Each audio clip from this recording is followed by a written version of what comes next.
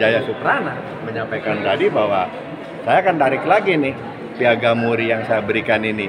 Karena ternyata setelah dia riset, dia cek, ternyata yang namanya anggota DPR RI terpilih berkesinambungan selama 7 periode, itu di dunia ya hanya aku. Nah jadi saya kan nggak pernah mimpikan itu. Saya juga baru tahu pada hari ini. Nah jadi kalau ditanyakan kegiatan ini lebih kepada bentuk syukur. Bentuk syukur saya atas segala nikmat, rahmat, karunia yang diberikan Allah, saya terpilih 7 periode. Lalu, peluncuran buku sederhana. Suatu ketika manusia akan kembali. Ketika kembali kan dimintai pertanggungjawaban. Dan pasti ditanya, apa yang sudah kamu lakukan atas sejumlah nikmat, rahmat yang aku berikan? Nah, yang kamu berikan lewat partai politik, sementara partai politiknya seperti yang Anda saksikan masih cenderung belum berfungsi secara baik, kan itu. Nah, saya harus memperbaiki partai tersebut. Nah, apa? Ya kemampuan saya memang memanfaatkan waktu yang ada. Saya tidak dapat posisi yang terlalu berat. Nah, artinya tidak memegang sebuah jabatan yang cukup berat. Saya punya cukup waktu yang luang. Nah, waktu saya manfaatkan. Memanfaatkan waktu yang terbaik itu buat saya ya satu, sekolah. Karena dengan itu semua saya bisa memberikan pertanggungjawaban sama Yang Maha Kuasa. Sudah ya Allah, saya sudah memberikan pendidikan saya dengan judul disertasi saya. Dan hari ini saya luncurkan buku itu. Mudah-mudahan buku ini kelak bermanfaat dan akan dipublikasikan seperti hari ini. Semua orang tahu buku itu. Semua orang saya berikan.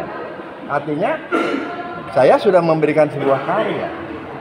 Kalau kemudian ke depan partai politik tidak menjadi lebih baik, demokrasi tidak lebih baik di mata Yang Maha Kuasa, saya sudah selesai. Karena saya sudah membuat pikiran. Yang salah orang yang tidak menjalankan pikiran-pikiran. Nah jadi tasyakuran atas anugerah kemurahan 7 kali, bentuk kasih sayang Allah yang bentuknya hanya saya yang mendapatkan, dan yang kedua atas nikmat rahmat karunia yang saya berikan itu, saya juga khawatir hidup perjalanan waktu pasti ada akhirnya. Ketika ditanya, saya sudah bisa mempertanggungjawabkan bahwa saya sudah membuat sebuah karya. Kang Agun ini kan untuk sebagai ketua aspirasi, pada aspirasi kan pertama kali. Dan ya justru itu saya juga di luar dugaan. Jadi kan ada korelasi. Ini bicara tentang fungsi representasi dan fungsi representasi. Karena yang namanya partai politik itu harus merepresentasikan kepentingan publik. DPR sebagai lembaga perwakilan rakyat harus merepresentasikan kepentingan publik. Nah, buku ini menggambarkan bagaimana fungsi-fungsi representasi itu harus bisa dijalankan supaya tidak ada lagi jarak antara rakyat dengan wakil rakyat. Nah, buku ini bicara tentang itu. Nah, loh kok tiba-tiba pada pengumuman kemarin saya tahu ada badan baru namanya Badan Aspirasi Masyarakat. Karena disertasi saya juga sudah saya dorong sejak lama. Saya sudah punya rumah aspirasi fungsional wakil rakyat di Dapil, sudah berjalan, sudah efektif menjalankan berbagai fungsi-fungsi representasi, ya, mulai dari mengagregasi, mengartikulasi, merumuskan kebijakan, memperjuangkan sampai mengawasi, melaksanakan. Itu kita jalankan. Nah, tiba-tiba di tatip yang baru ada yang namanya Badan Aspirasi. Saya sendiri tahu itu, tapi posisi saya jadi jangankan jadi pimpinan, jadi anggota Badan Aspirasi aja saya nggak minta-minta, saya nggak tahu. Lo tiba-tiba dia umumkan saya jadi pimpinan, itu kan berkahnya ya.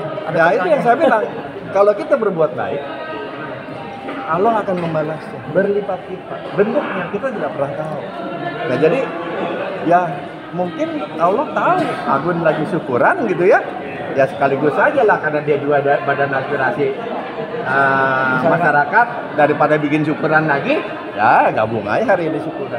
Apakah juga ada kaitannya apa disebutkan di Komisi 13? Kalau Komisi 13 itu mungkin juga ya, saya jujur Saya minta alternatif pertama tuh Komisi 11. Alternatif kedua, saya Komisi 13. Alternatif ketiga, Komisi 1. Nah, dapatnya Komisi 13. Yang ada masalah. Kenapa? Menurut saya lebih berkorelasi lagi. Karena itu rumah. Karena itu kan kembali ke rumah saya. Nah, siapa yang menduga itu? Kalau dengan adanya badan aspirasi masyarakat ini, Anda yakin bahwa seluruh hal yang diinginkan rakyat itu bisa tersalurkan lewat DPR, Bang?